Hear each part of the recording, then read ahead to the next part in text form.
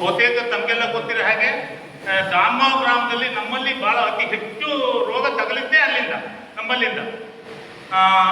ಹಾಗಾಗಿ ಇಲಾಖೆಯವರು ಎಲ್ಲ ಕಡೆ ಬಂದು ನೋಡಿ, ಹಾಗೆ ನಮ್ದೊಂದು 6 ಎಕರೆ ಚಿಲ್ಲರೆ ಒಂದೇ ಪ್ಲಾಟ್ ಆಗಬೇಕು ಹೀಗೆ ಅಂತ ಮಾಡ್ತೀವಿ ಅಂತ ಹೇಳಿದ್ವಿ.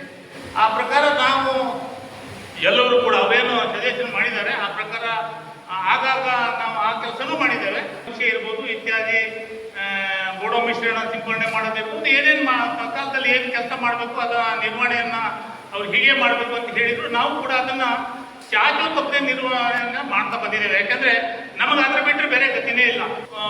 ಏನು ಮಾಡಿದ್ದಾರೆ ಅದರಿಂದ ಬಹುತೇಕ ನಮಗೆ ಇವತ್ತಿನ ಪರಿಸ್ಥಿತಿಗೆ ಈ ಸರಿ ಕಳೆದ ಏನೂ ಇರಲಿಲ್ಲ.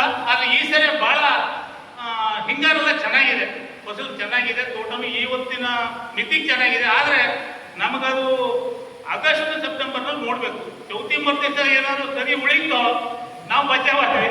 ಅಲ್ಲಿವರೆಗೆ ಕಾದ್ಕೊಳ್ಳೋದು ಇವತ್ತಿನ ಈ ಸ್ಥಿತಿಗೆ ಸರಿ ಸ್ವಲ್ಪ ಅಡ್ಡಿಲ್ಲ. ಅಂದರೆ ಹಿಂದಕ್ಕಿಂತ ಏನಂತಲ್ಲ, ಅದು ಸ್ವಲ್ಪ ಸುಧಾರಣೆ ಆಗಿದೆ. ಅವ್ರು ಹೇಳಿದ್ನಲ್ಲ, ನಾವು ಕೂಡ ಚಾಚುಕತೆ ಮಾಡಿದ್ದೇವೆ. ಹಾಗೆ ಮುಂದೂ ಕೂಡ ಅದು ಚೆನ್ನಾಗಿ ಆಗ್ಬೋದು ಅಂತ ಒಂದು ಆಶಾದಾಯಕ ಇದೆ. ಅವರೇನು ಹೆಡ ಕಟ್ ಮಾಡಬೇಕು ಅಂತ ಹೇಳಿದ್ರು, ಅದನ್ನು ಮಾಡಿದ್ದೇವೆ. ಹೆಡ ಎಲ್ಲ ಬದಿಗೆ ಹಾಕಬೇಕು ಅಂತ ಹೇಳಿ ಅವ್ರು ಏನೇನು ಹೇಳಿದ್ರು ಅದನ್ನೆಲ್ಲ ನಾವು ಮಾಡಿ